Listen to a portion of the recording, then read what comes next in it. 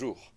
Nous allons parler aujourd'hui de l'Apocalypse et de ce livre qui peut faire peur à certains, qui peut paraître très compliqué à d'autres, et dans lequel on a peut-être même du mal à rentrer en tant que simple lecture parce qu'on on se dit, bon, ben, quand je le comprendrai mieux, je le lirai, et c'est un peu dommage. Alors, allons-y tranquillement avec des idées qu'on va essayer de simplifier au maximum.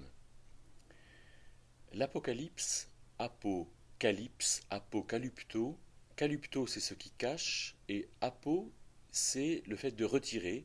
Donc l'Apocalypse c'est le retrait du cache. C'est pour ça que certains le traduisent par révélation. Et alors c'est la révélation de quoi? Eh bien c'est la révélation du roi, la révélation de Christ, qui est Christ, c'est celui qui est oint, celui qui, sur lequel Dieu a répandu l'onction pour qu'il règne. Et donc l'Apocalypse, c'est la révélation du roi dans son royaume pour qu'il règne. Alors un royaume, qu'est-ce que c'est? Eh bien la France était un royaume jusqu'au dernier roi qui était, je crois, Louis-Philippe ou Charles X, je ne me souviens plus. Mais actuellement, nous n'avons pas de roi qui règne, et donc la France n'est pas un royaume. Et donc le royaume de Dieu, c'est l'endroit, le pays dans lequel euh, Dieu régnera. Pendant son règne, tant qu'il ne règne pas, alors c'est pas le royaume. Et l'Apocalypse, c'est la révélation du royaume. C'est le moment où Israël redeviendra le royaume de Dieu et ce pays par lequel Dieu voulait parler aux nations, et Dieu parlera aux nations avec cette expression de Matthieu 24, 14 qui est l'évangile du royaume, la bonne nouvelle donnée par ce pays dans lequel le roi règne. Alors regardons trois temps forts dans l'Apocalypse. Le premier, c'est au chapitre 1er et au verset 5, quand Jésus-Christ est appelé prince ou chef des rois de la terre. Il y aura un moment où Jésus soumettra les rois de la terre, où les rois de la terre ne pourront pas faire autrement que d'obéir à Jésus. Et alors, il sera effectivement prince des rois de la terre, et il s'annonce comme cela au chapitre 1er.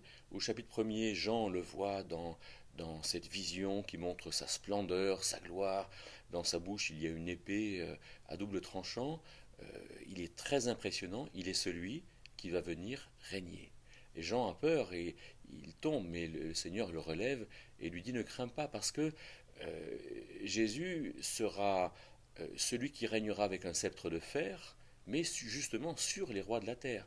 Pendant ce règne de 1000 ans, on ne pourra pas faire n'importe quoi. Ensuite, deuxième temps, on voit par rapport à l'Église que au chapitre 1 et au verset 6, il est dit qu'il a fait de nous un royaume et des sacrificateurs. Alors il faut qu'on se demande qu'est-ce que ça veut dire? En quoi est-ce que nous sommes un royaume? En quoi est-ce que nous sommes des sacrificateurs? Les sacrificateurs, c'était ces gens qui étaient intermédiaires entre Dieu et les hommes, c'est ces gens de la famille de Lévi et même issue de Aaron. Et donc c'était réservé à une classe particulière et ils devaient faire l'intermission, être intermédiaire entre Dieu et les hommes. Alors aujourd'hui, est-ce que l'Église a une sacrificature à vivre? Eh bien, il me semble que non. Mais quand Christ régnera, il viendra avec l'Église, et c'est avec l'Église qu'il régnera. Il ne régnera pas sur l'Église, mais il régnera avec l'Église. Et alors, il a fait de l'Église un royaume, parce que finalement, dans le royaume, l'Église régnera avec lui. C'est dit par exemple en 2 Timothée 2,11. Et l'Église sera un peu son équipe pour faire l'administration de son royaume. Il a fait de nous un royaume et des sacrificateurs parce que finalement l'Église sera intermédiaire entre ces gens des nations qui ne sont pas des croyants et Dieu. L'Église apportera dans l'évangile du royaume, dans ce beau message que le royaume d'Israël donnera aux nations, eh bien l'Église apportera quantité de choses de la part de Dieu. Et alors, Jésus dit à l'Église au chapitre 2 et 3, aux 4 dernières églises, jusqu'à ce que je vienne, il parle de son retour. Donc la perspective de l'Église, c'est d'attendre que Christ vienne régner. Et au chapitre 5, quand on voit Jésus qui est à côté, au milieu du trône, à côté de Dieu, eh bien, il est dit au verset 11 que nous régnerons sur la terre, et ce règne est présenté au futur. L'Apocalypse est donc la révélation de ce roi qui va venir sur Israël. Troisième point, alors on voit comment cette révélation se fait, et on voit au chapitre 5 et 6 ce trône qui est glorieux, qui est magnifique, et que quelque part Jean a de la peine à décrire, parce que ce qui est dans le domaine invisible est un peu complexe à dire avec nos mots, mais il y a quand même ce trône, et au milieu du trône, au chapitre 6, il y a cet agneau qui est immolé, et qui est le lion de la tribu de Juda. L'agneau qui est immolé, c'est le Seigneur Jésus, et le lion qui est de la tribu de Juda, c'est justement, le lion c'est le roi des animaux, figure du roi, et l'agneau immolé va régner, et il est celui qui tient le livre. Alors il y a les sceaux, il y a les trompettes et les coupes, et les sceaux c'est ce qui est écrit, c'est-à-dire que Dieu connaît à l'avance ce qui va se passer, mais le roi le tient dans la main, et quand il y a les sceaux qui sont ouverts, alors il y a comme une lecture de ce qui va se passer. Le septième sceau, ce sont les sept trompettes, comme des avertissements, hein, et le roi est celui qui finalement prévient de sa venue, comme si quelque part les fidèles d'Israël étaient prévenus, et les nations doivent entendre aussi la venue du roi. Et les coupes, eh bien c'est la venue de l'Antichrist, ce faux roi, qui va commencer à la septième trompette. Tiens, curieusement, l'Église va être enlevée à la dernière trompette, et il y a ce royaume de notre Christ qui vient, et on voit en Apocalypse 13, verset 11, ce faux roi, cette sorte d'agneau qui a deux cornes, mais qui est comme un agneau, mais qui parle comme un dragon.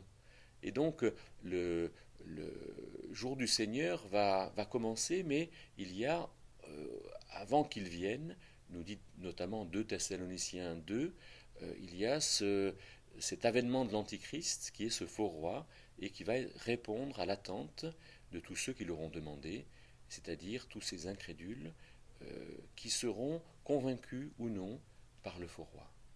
Et donc enfin, on va finir avec ça, en Apocalypse 21.3, après Armageddon, après cette grande catastrophe où il y aura tant de morts, alors le roi viendra, Jésus viendra, il est montré en Apocalypse 19, et en Apocalypse 21, il est dit, voici l'habitation de Dieu parmi les hommes, et il y a un projet de Dieu, ce projet collectif, cet évangile du royaume, tout ce que Dieu veut faire par Israël, qui sera là, de sorte qu'il ne faut pas avoir peur de l'Apocalypse, mais il faut simplement le lire, et peut-être bien comprendre particulièrement quelle sera notre place avec le Christ, et que veut dire au chapitre 19, au verset 10 à 14, ceux qui suivent le Christ et qui sont habillés de fin lin, et le fin lin ce sont les justices, les actes justes des saints.